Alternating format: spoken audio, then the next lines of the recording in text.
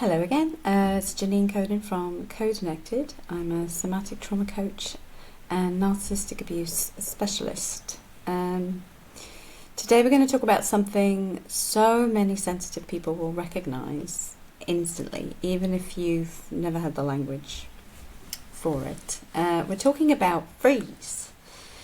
We're talking about fantasy worlds, and we're talking about what happens when you grow up in systems that reward repression and punish sensitivity. And yes, this comes from a conversation I had with my daughter the other night. One of those conversations when I'm looking at my child and I'm like, she's just explaining the entire human nervous system to me. So let's get into it. So my daughter said something that, was quite, struck me right in the chest. She said, my fantasy world developed at age 7. 7 years old, and her body already knew she needed somewhere safe to go. And this is the thing we never get taught. See, fantasy isn't childish. Fantasy is freeze with imagination. And when a sensitive child can't fight or can't flee and fawning doesn't work, the body goes inward.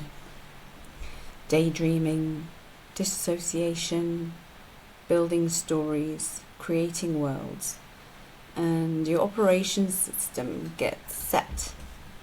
Not because you're broken, but because your body was doing its absolute best to protect you.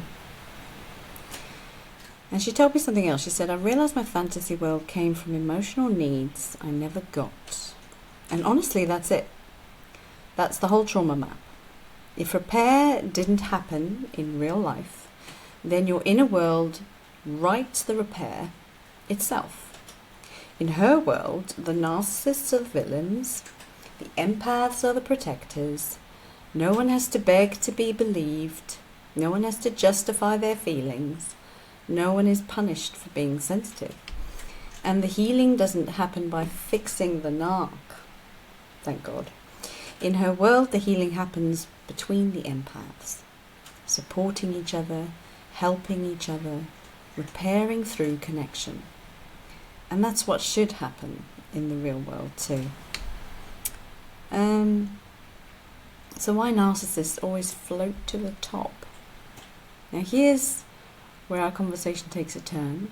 We ended up talking about schools, universities, workplaces, all these environments where toxic hierarchies form.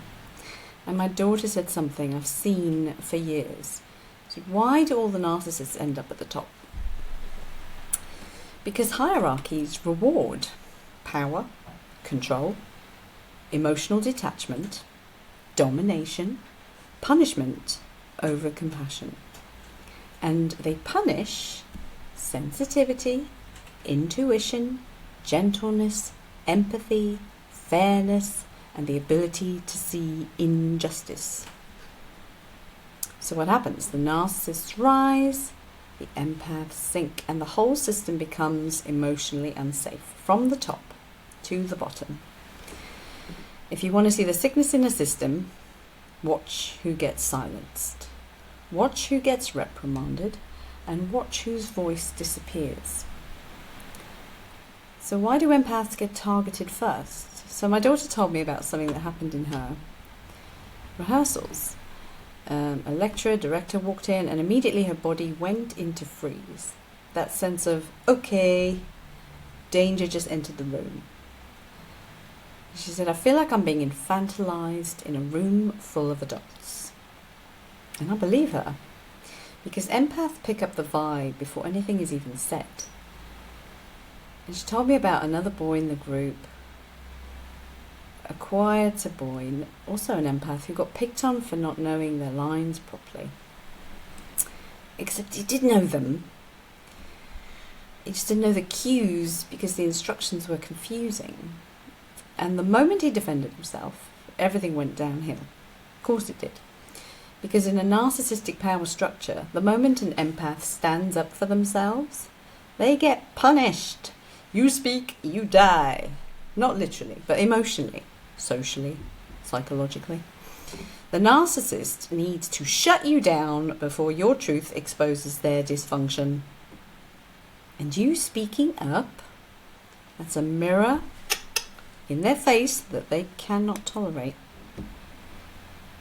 And I see this in schools too. It happened with my own son. Because we were talking about the absurdity of the awards that schools give out. Attendance award, punctuality pups, gold stars for the most compliant children. And my son once got an award for finally controlling his anger in nursery. And I remember thinking, you're awarding him for shutting down, not for expressing himself safely. And rewarding the freeze response. You're teaching a tiny child, you're good when you disappear. You're lovable when you repress. And then we wonder why adults end up in jobs where they're terrified to speak. Why they tolerate toxic bosses. Why they think emotional unsafety is normal. Because they learned it at 4.